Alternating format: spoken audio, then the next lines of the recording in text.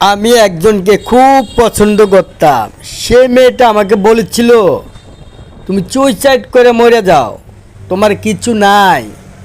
আমি বললাম সুইসাইড করে মরবো না, আমি নাচি তোমাকে দেখিয়ে ছাড়বো আমার জীবনে কি আছে না আছে।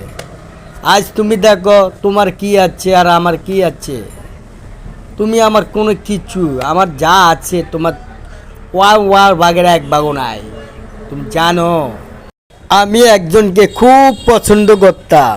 সে মেয়েটা আমাকে বলেছিল তুমি সুইসাইড করে মরে যাও, তোমার কিছু নাই।